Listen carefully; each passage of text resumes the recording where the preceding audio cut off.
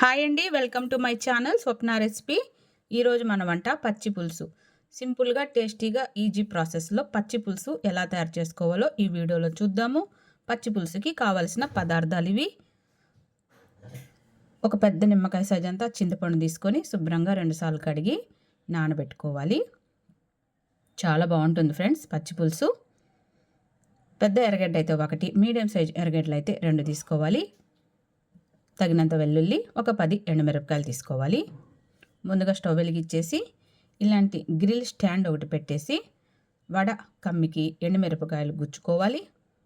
పాత రోజుల్లో అయితే నిప్పుల మీద కాల్చేవాళ్ళు. మనకి ఇప్పుడు నిప్పులు లేవు కాబట్టి మనం సిమ్లో పెట్టేసి మంట వడ కమ్మికి గుచ్చేసి ఎండుమిరపకాయలు ఈ విధంగా మనము కాల్చుతున్నాము. మాడిపోకుండా ఎండుమిరపకాయలు కాల్చుకుని చల్లారనిచ్చి వాటర్లో వేసేసి ఒకసారి బాగా కడిగేసుకోవాలి. మసి డస్ట్ ఏం లేకుండా ఒకసారి శుభ్రంగా కడుక్కోవాలి. మా ఇంట్లో పెద్దవాళ్ళు ఇలాగే చేసేవాళ్ళు పాత రోజుల్లో. ఇది ఓల్డ్ రెసిపీ, అమ్మమ్మల కాలం నాటి రెసిపీ పచ్చి పులుసు. శుభ్రంగా ఒకసారి కడిగి ఒక ప్లేట్లో తీసేసుకొని తొడిమలు వలిచేసి రోట్లో వేసేసి ఈ ఎండుమిరపకాయలకి తగినంత కల్లుప్పు వేసుకోవాలి.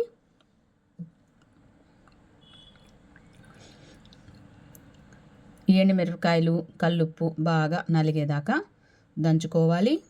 చేత్తో పిసికితే చేయిలు కారం పడతాయి కాబట్టి మా ఇంట్లో పెద్దవాళ్ళు ఇలాగే చేసేవాళ్ళు. ఆ విధానం ఇప్పుడు నేను నీకు చూపిస్తున్నాను. దంచేసి 2 రెమ్మల ఫ్రెష్ లేత కరివేపాకు వేసేయాలి.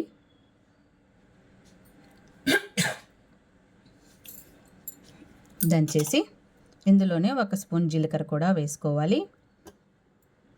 చాలా సింపుల్గా చేసుకోవచ్చు ఫ్రెండ్స్ పచ్చి పులుసు. చేత్తో అయితే పిసక్కూడదు. ఇప్పుడు ఇందులో ఒక 10 వెల్లుల్లి రేఖలు పాయలు వలిచి వేసేయాలి.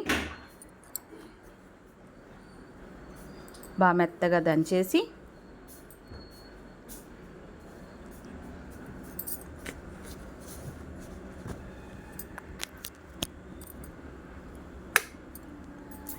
పెద్ద వెల్లుల్లిగడ్డ వేసేయాలి.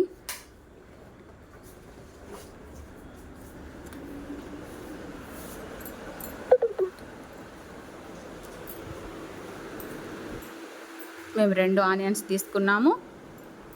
పెద్దదైతే 1 తీసుకోండి. మేము 2 ఆనియన్స్ తీసుకున్నాం, మీడియం సైజువి. బాగా మెత్తగా దంచేయాలి. ఇప్పుడు ఇందులో ముందుగా మనము నానబెట్టిన చింతపండు వేసేయాలి.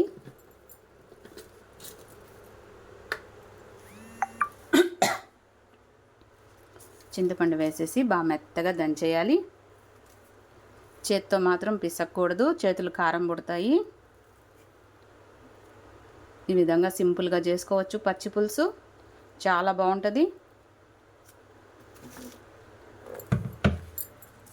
మా ఇంట్లో పెద్దవాళ్ళు ఇలాగే చేసేవాళ్ళు.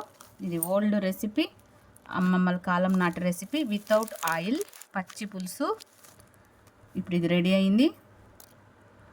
ఇలా మెత్తగా నూరేయాలి. చాలా బాగుంటుంది ఫ్రెండ్స్ పచ్చి పులుసు. పెద్దవాళ్ళు ఇలాగే చేసుకునేవాళ్ళు, అందుకే వాళ్ళు అంత స్ట్రాంగ్గా ఉండేవాళ్ళు. ఇప్పుడు ఇది రెడీ అయింది. పచ్చి పులుసు మిశ్రమం ఒక బౌల్లో తీసుకుందాము. చూడండి ఎంత బాగా రెడీ అయిందో. చాలా సింపుల్గా తయారు చేసుకోవచ్చు ఫ్రెండ్స్ పచ్చి పులుసు. చాలా సింపుల్గా చేసుకోవచ్చు. దీన్ని మనం ఒక బౌల్లో తీసుకుందాము. చాలా బాగుంటుంది ఫ్రెండ్స్. దీన్ని మనం ఒక బౌల్లో తీసుకుందాము. ఎంత ఈజీగా తయారు చేసుకోవచ్చో పచ్చి పులుసు. చేతులతో మాత్రం పిసక్కూడదు, చేతులు కారం పడతాయి. ఈ విధంగా రోట్లో వేసుకొని చేసుకోవచ్చు. ఇప్పుడు మీకు నేను చూపిస్తాను. పచ్చి పులుసు మిశ్రమం అయితే రెడీ అయింది. దీన్ని మనం ఒక బౌల్లో తీసుకొని ఈ మిశ్రమానికి తగినంత వాటర్ మిక్స్ చేసుకోవాలి. మరీ లూజ్గా కాకుండా మరీ టైట్గా కాకుండా పచ్చి పులుసు కలుపుకోవాలి. తగినంత వాటర్ వేసేసి మిక్స్ చేసుకోవాలి.